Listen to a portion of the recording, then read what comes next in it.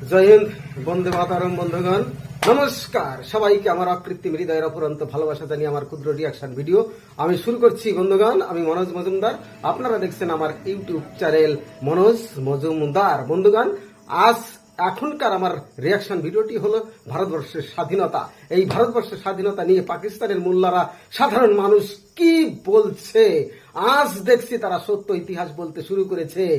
School কলেজে তারা তো কোনোদিন পড়ায় নাই, সত্য ইতিহাস তো কোনোদিন পড়ায় নাই। আজ তারা সত্য বলতে শুরু করেছে। কতটুকু কয় ফুটা রক্ত দিয়েছে স্বাধীনতার জন্য আমাদের ভারতবর্ষের বীর সেনারা। একটা সত্য ইতিহাস না বললে নয়। সেই দিন যদি নবাবের সঙ্গে এই মীর জাফর বিশ্বাসঘাতকতা না করত, তাহলে কি এই 200 বছর ইংরেজ শোষণ করতে পারত? সব ধন সম্পদ লুটপাট করে নিয়ে চলে গেছে। এই অখণ্ড ভারতবর্ষে মুসলমানরা কি ছিল? মুসলমান ছিল কোন দেশ থেকে? ইরান, সৌদি আরব, কুয়েত কত আসিয়া দখল করিয়া ধন সম্পদ লুটিয়া এই নবাব লাস্টে দেখলাম এই রাজত্ব করলো, মীর জাফর স্বাধীনতা বিশ্বাসঘাতকতা করলো, ইংরেজ ঢুকে গেল 200 বছর রাজত্ব করিয়া। সবাই ইংরেজরা, নবাবরাও মুসলমানরাও শুষে নিয়ে গেল, তোমার এই ইংরেজরাও শুষে নিয়ে গেল। এই যে যারা এই মুসলমানরা এসেছিল, তারা জোর করে এই সাধারণ মানুষদের, এই অখণ্ড ভারতবর্ষের সব লোকজনদের জোর করে মুসলমান জোর করে মুসলমান বানাইটা নাই। এই পাকিস্তানের লোক পাকিস্তান, তোমরা কি সত্যি সত্যি মুসলমান ছিলে নাকি জোর করে মুসলমান হয়েছো? এই ভারতবর্ষের এই যে স্বাধীনতার পরে এই যে পূর্ব জমি এবং তোমাকে জমি, পশ্চিমের জমি, হ্যাঁ কিভাবে আসলো? স্বাধীনতা কি করে হলো? এখন বলছো যে নেতাজি সুভাষ বীর সেনারা ভারতবর্ষের এতদিন কি ছিল? আসছে, দাঁড়াও, বেশি দেরি নাই।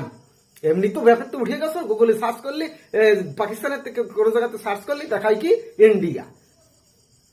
এমন সরকার আসবে না সেই দিনকে ভারতের বিরুদ্ধে কোনো দুই কথা বললে হয় পাকিস্তানের জেলে মরতে হবে, নাহলে পাকিস্তান ছাড়তে হবে। আসতেছে দিন, সেই দিন দাঁড়াও।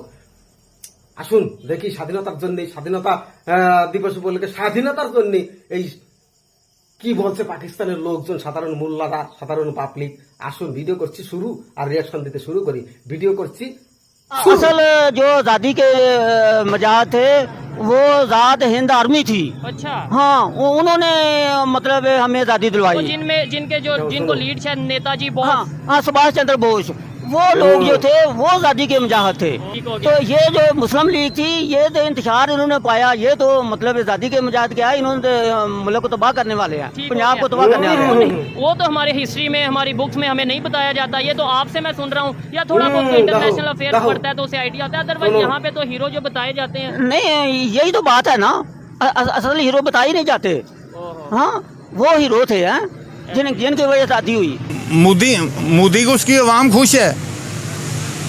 मोदी को आवाम नहीं गलत कहती उसकी, क्योंकि अपनी आवाम के लिए सोच रहा है। वो अपनी आवाम के लिए सोच रहा, आवाम के लिए कर रहा, वो करके दिखा रहा। वो आप यहाँ पे बैठे थोड़ी देर सर्वे करें, देखें यहाँ पे कितने लोग आ रहे हैं जो भीख मांग रहे हैं। डे के टाइम आए, यहाँ पे नौजवान डिग्रियां लेके बैठे हैं कि हमें जॉब दे दें। ठीक है, डिग्रियां लेके बैठे हैं और वो कह रहे हैं हमें जॉब दें। जॉब नहीं है। जानते हैं दोस्तों जॉब क्यों नहीं है? क्योंकि इनसे सच्चाइयाँ छुपाई गई हैं। इनको ये नहीं बताया गया कि नेताजी सुभाष चंद्र बोस ने आज़ादी दिलाई है। अगर इनको ये बता दिया जाता तो इनको पता लगता कि हिंदुओं ने कितनी कुर्बानी दी है। इनको झूठ बोला गया है। इनको ये बोला गया है कि तुम्हारे जो नायक है, जो तुम्हारे हीरो हैं, वो गजनबी हैं, तभी आज ये भूखे मर रहे हैं, क्योंकि इनको पता ही नहीं सच्चाई क्या है। इसीलिए ये फेल होते हैं हर जगह पे। और फिर ये कहते हैं कि नहीं, इंडिया में तो IT भी बहुत आगे निकल गया, इंडिया उसमें आगे निकल गया। इंडिया ने कभी सच्चाई नहीं छुपाई। इंडिया ने कभी नहीं कहा कि हम 1962 की जंग जीते थे। हारे थे तो माना हारे थे, वो नेहरू की वजह से हारे थे, सारी दुनिया जानती है, वरना हमारे फौजी वहां भी मार देते। दोस्तों प्लीज कमेंट्स करके बताइएगा वीडियो कैसी लगी है। चैनल को लाइक कर लीजिएगा, सब्सक्राइब भी कर लीजिएगा। Thank you very much. अगस्त का महीना है, 75-76 साल में हमने आज़ादी तो ले ली। आज़ाद होने के बाद, इंडिया से अलग होने के बाद हमने ऐसा क्या किया जिसपे हम फख्र कर सकें कि भाई हम आज़ाद हैं? नहीं, असल बात यह है कि हमें 47 से आज़ादी नहीं मिली। ये जो पार्टीशन हुई है, ये अंग्रेज़ ने कराई है। अपने मकासद के लिए। ताकि ये हिंदुस्तान एक बड़ी ताकत ना बन जाए। ठीक है, और हम 47 से लेकर आज तक आजाद नहीं है। ठीक हो गया। हाँ। अच्छा, अगर हम लोग इकट्ठे होते, आपको लगता है कि हम दुनिया की बड़ी पावर बन जाते अगर ये पार्टीशन ना होती? हाँ। ना इंडिया से पाकिस्तान अलग होता, ना पाकिस्तान से बांग्लादेश अलग होता। हाँ हाँ, ये जो है ना, ये मतलब किसी कौम की ताकत जो होती है यूनिटी होती है। बिल्कुल ऐसे ही है। ये उन्होंने मजहबी मुनाफरत फैलाकर अंग्रेजों ने ये यूनिटी को परा परा किया, और उसमें जितना भी किरदार है वो ब्रिटिश सरकार का है। उन्होंने सारा कत्लेआम करवाया, उन्होंने ही सारा जो है उसके जो एजेंट्स जो थे वो जो कार्रवाई कर रहे थे, और जबरदस्ती लोगों को निकाला गया। देखें, पार्टीशन में 10 लाख आदमी का कत्लेआम हुआ है। इतनी जो औरतों की बेहुरमती हुई है। सारे पंजाब के लोग तबाह कर दिए गए हैं, लोगों के मतलब देश विदेश हो गए हैं। कितना नुकसान उठाया। ऐसे ही है। ये सारा जो है ना उनके एजेंट कर रहे थे। असल जो आज़ादी के मजाद थे वो आज़ाद हिंद आर्मी थी। अच्छा। हाँ, वो उन्होंने मतलब हमें आज़ादी तो दिलवाई। जिनको लीड शायद नेताजी बोस। हाँ, सुभाष चंद्र बोस, वो लोग जो थे वो आज़ादी के मुजाहिद थे। और उन्होंने 50,000 कुर्बानियाँ दी, और उनकी वजह भगत सिंह थे, और भी बहुत से थे। हाँ, वो आज़ादी के मुजाहिद थे। ठीक हो तो गया। ये जो मुस्लिम लीग थी, ये तो इंतशार इन्होंने पाया, ये तो मतलब आज़ादी के मुजाहिद क्या है, इन्होंने तो मुल्क को तबाह करने वाले हैं। ये बातें बताई नहीं जाती, नजर लग जाती है। पंजाब को तबाह करने वाले हैं। उन हीरोज का जो आज़ादी के मुजाहिद जिन्हें आप बता रहे हैं, नेताजी चंद्र बोस की अगर बात करें या तो भगत सिंह की बात करें, इस तरीके से बहुत से नाम है, वो तो हमारे हिस्ट्री में, हमारी बुक्स में हमें नहीं बताया जाता। ये तो आपसे मैं सुन रहा हूँ, या थोड़ा बहुत कोई इंटरनेशनल अफेयर्स पढ़ता है तो उसे आइडिया होता है। अदरवाइज यहाँ पे तो हीरो जो बताए जाते हैं। नहीं, यही तो बात है ना, असल हीरो बताए ही नहीं जाते। हाँ, वो हीरो थे हैं जिनकी वजह से आज़ादी हुई। ये हिंदुस्तान जो गोरों से आज़ाद करवाया। हाँ, वो जिन्होंने आज़ाद हिंद आर्मी जो थी, वो 2 साल जापान ने हथियार डाल दिए थे।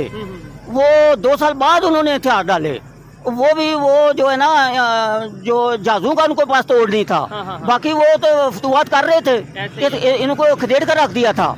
क्या बात, क्या बात, क्या बात। सर जी, बहादुरी मैं आपको बताऊं, बहादुरी क्या होती है। हमारा हमसाया मुल्क है भारत, उसने ईरान से किया मुआहिदा तेल का। ठीक है, ईरान ने कहा, अमेरिका ने कहा जी सैंक्शन लगी हुई हैं, हम आप पे पाबंदियाँ लगा देंगे। उनके जो वज़ीर ख़ारजा ना जयशंकर साहब, उन्होंने मुंह पे बैठ के अमेरिका को कहा, उसने कहा कि आप लोग जाएं, अपना देखें, हमारी आवाम के लिए जो बेहतर है ना हमें ना बताएं, जो बेहतर होगा हम वो करेंगे। सर, ये होती है बहादुरी। उन्होंने तेल भी लिया है, गैस का मुआहिदा भी कर रहे हैं। बड़ी अच्छी बात है, अगर उन्होंने ऐसा किया तो कोई मुश्किल नहीं। अगर वो बंदा ये ऐसा कह सकता है तो हमारे तो बिल्कुल साथ बाउंड्री है।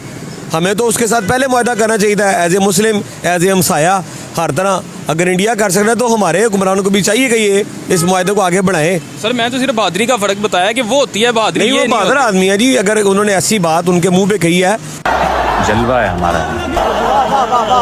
पहले हम एक वक्त का खाना खाते हैं, एक वक्त हांडी पकाकर 3 दफ़ा खाते हैं हम। उन लोगों को क्या पता जो एसी में बैठ के आते हैं, एसी में चले जाते हैं। अब अभी आपको पता है कि थोड़े दिन पहले रूस से गंदम आई है। हाँ जी, गंदम आई है। इन्होंने ऐलान किया कि ये रूस से पेट्रोल भी आया था जो आपको सस्ता मिलना था, लेकिन 20 रुपये भर गए हैं। गंदम सस्ती मिलनी थी, 52 रुपये किलो के हिसाब से मिलनी थी, लेकिन वो 52 के हिसाब से 170 रुपये किलो आटा मिल रहा। अब हम तो हाथ जोड़ते हैं कि रूस वालों से कि सस्ता ना दो, आगे अब तीसरा जहाज और ना भेजना इधर। नहीं तो बर्बादी ला देंगे ये लोग। वहीं पर अगर आप हमसाया मुल्क देख लें भारत, वो पाबंदियाँ वही हैं ईरान पे। अमेरिका उनको भी मना करता रहा, लेकिन उन्होंने कहा हमने अपनी आवाम का सोचना है, हमने अपनी आवाम को सस्ता तेल भी लेके देना है, गैस भी सस्ती देनी है। उन्होंने अपने एग्रीमेंट किए हैं, तेल भी ले रहे हैं ईरान से और गैस का भी कर रहे हैं मुआहिदा। उन्होंने नहीं देखा कि अमेरिका क्या कह रहा है, क्या नहीं कह रहा। तो फिर हमसे तो बेहतर वो उनके हुक्मरान नहीं है जो आवाम का सोच रहे हैं। मोदी को उसकी आवाम खुश है। मोदी को आवाम नहीं गलत कहती उसकी, क्योंकि अपनी आवाम के लिए सोच रहा है। वो अपनी आवाम के लिए सोच रहा, आवाम के लिए कर रहा, वो करके दिखा रहा। वो तेरा बाप इस वक्त दुनिया की वो गालबन मैं ये कह सकता हूँ कि तीसरी ताकत है वो। यही कहूँगा कि 40 करोड़ रुपए का आप झंडा लगा रहे हैं। आप यहाँ पे बैठे थोड़ी देर सर्वे करें, देखें यहाँ पे कितने लोग आ रहे हैं जो भीख मांग रहे हैं। डे के टाइम आए यहाँ पे नौजवान डिग्रियां लेके बैठे हैं कि हमें जॉब दे दें। ठीक है जी, डिग्रियां लेके बैठे हैं और वो कह रहे हैं हमें जॉब दें। जॉब नहीं है, 40 करोड़ वहाँ पे लगाना था, कुछ 2-4 शहरों में लगाते हो बेहतर नहीं था। हॉस्पिटल का निज़ाम नहीं है, जनरल हॉस्पिटल बेड नहीं है, तो 40 करोड़ हमने झंडा लगाना, उससे हमें क्या फायदा है? झंडा तो 6 फुट का भी लगा दे तो करना तो सलूट ही है ना। वो तो कह रहे 14 अगस्त से हमने जी जो है बॉर्डर पे उन्होंने 14 अगस्त से बॉर्डर पे हमने जो है ना इंडिया से ऊपर झंडा लेके सर मैं बताता हूँ ना, हमारे यहाँ पे क्या सोचा है, आप ये देखें कि हेलमेट किसको चलान कर दो, इसको ये कर दो जी, हमें आवाम की बड़ी सेफ्टी की ज़रूरत है कि नौजवान मर ना जाए। और भाई एक्सीडेंट में मर जाए ना तो कम से कम शहादत तो है कि रोजी रोटी कमाने का गिरा मर गया। जिस तरह हम मारे वो तो अजियत है, लोग तो खुद ब खुद मौत मांग रहे हैं। बेहतरी करनी है ना आवाम के रोजगार की तरफ करें यार। 40 करोड़ का झंडा ना आप लगाइए, तब लगाएं कि जब बड़ी खुशहाली है, माल ही खत्म नहीं हो रहा। दोस्तों, पाकिस्तान की आवाम जो है ना वो समझदार होते जा रही है। उनको सबसे बड़ा दुख ये हो रहा है कि झंडा बनाया था हिंदुस्तान को नीचा दिखाने के लिए, लेकिन वो तो चांद पर पहुंच गया। अब वहां पर छाई हुई है भूखमरी।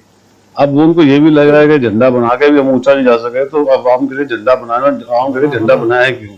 ये और इनके लिए मुसीबत खड़ी हो गई है। ये कुआं है, एकदम खाई है। अब वहां के लोग पूछे हम भूखे मर रहे हैं, तो मर कर क्या रहे हो यार, हमें मारोगे क्या? और झंडा बनाए जा रहे हैं तुम इंडिया को नीचा करने के लिए। ये उल्टा खुद ही फंस गए अपने जाल के अंदर।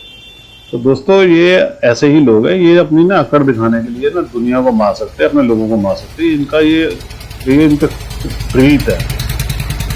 आप प्लीज कमेंट्स करके बताइएगा कि वीडियो कैसी लगी। वीडियो को लाइक कर लीजिएगा और चैनल को सब्सक्राइब जरूर कर लीजिएगा दोस्तों। Thank you very much. বন্ধুগণ, শেষ হলো ভিডিও। আমরা দেখলাম স্বাধীন ভারতবর্ষের স্বাধীনতা নিয়ে পাকিস্তানের লোকের রিয়াকশন। ঠিক আছে, আজ দেখলাম কিছু কিছু লোক সত্য ইতিহাস বলা শুরু করে দিয়েছে। আমার মনে হচ্ছে 60% লোক বিরোধী হয়ে গেছে।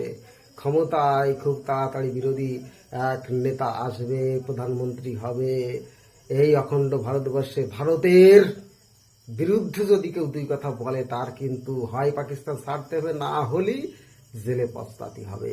আসছে সেই দিন, বেশি দিন নাই। এমনি তো ম্যাপে তো উঠে গেছে, গুগলে সার্চ করবা পাকিস্তানের থেকে ইন্ডিয়া, টুইটার থেকে উড়ে গেছে। টুইটারে পাকিস্তান ভারতরে দিয়ে গেছে। বন্ধুগণ, বেশি কিছু বলতে চাচ্ছি না। ঠিক আছে, ওই যে মানে কোন সন্তান যদি বিরুদ্ধে চলে যায়, বেপথে চলে যায়, তারে কিন্তু জোর করে ফিরে আনা যায় না। ঠিক আছে, যখন সে নিজের ইচ্ছায় ফিরে আসবে, সেই দিন কিন্তু আর তার জোর করে বাড়লিও সে ফিরে যাবে না। পাকিস্তানের অবস্থাও তাই। শিখ যেদিন নিজের থেকে ফিরে আসবে, সেই দিন কিন্তু আর সময় থাকবে না, সেদিন। বন্ধুগণ, আরো ইন্টারেস্টিং ভিডিও, আরো উত্তেজনাপূর্ণ, আরো আকর্ষণীয়, মজাদার বিভিন্ন কারেন্ট ভিডিও নিয়ে আপনাদের সামনে আমি হাজির হব।